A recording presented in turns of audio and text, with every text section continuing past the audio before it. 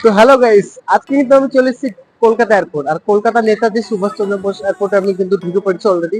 তো এটা হচ্ছে কলকাতা এয়ারপোর্ট, ভিতরকার কি জাস্ট অসমই এখানে। কিন্তু আমি এখান থেকে যাব হচ্ছে আমি আজকে কাশ্মীর, কেননা আমাদের পশ্চিমবাংলায় এত গরম পড়েছে, 40 ডিগ্রি গরম। এই গরমে কিন্তু এখানে টিকা যাচ্ছে না, সেই জন্য আজকে আমি কাশ্মীর বেড়াতে যাচ্ছি। কাশ্মীর শ্রীনগর যাব আজকে। আর আমার ফ্লাইট আছে 11টার দিকে। আমি কিন্তু খুবই তাড়াতাড়ি ঢুকেছি, এখানে বাইরে খুবই গরম, আর সেই জন্য আমি আজকে খুবই তাড়াতাড়ি ভিতরে ঢুকেছি। আমার বোর্ডিং আছে 10টার দিকে।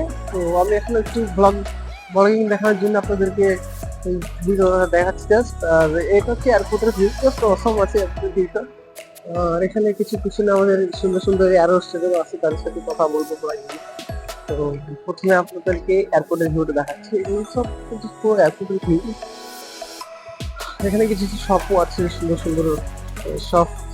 শপে এটাকে সামনে একটা আছে আমাদের ক্যাফে, এখানে সুন্দর একটা ক্যাফে। তো এরকম ক্যাফে গুলো খালি এয়ারপোর্টের ভিতরে দেখতে পাই, এয়ারপোর্ট এবং শপিং মলের ভিতরে আপনারা দেখতে পাবেন সুন্দর ক্যাফে। তো ক্যাফেতে গিয়ে আমি সরাসরি জিজ্ঞেস করবো কি কি পান। তো আমি এখানে ক্যাফেতে এখন যাবো না আপাতত, তো একটু পরেই যাবো। এখানে বলছে ভিডিও কেন নেয় অ্যালাউড নেই।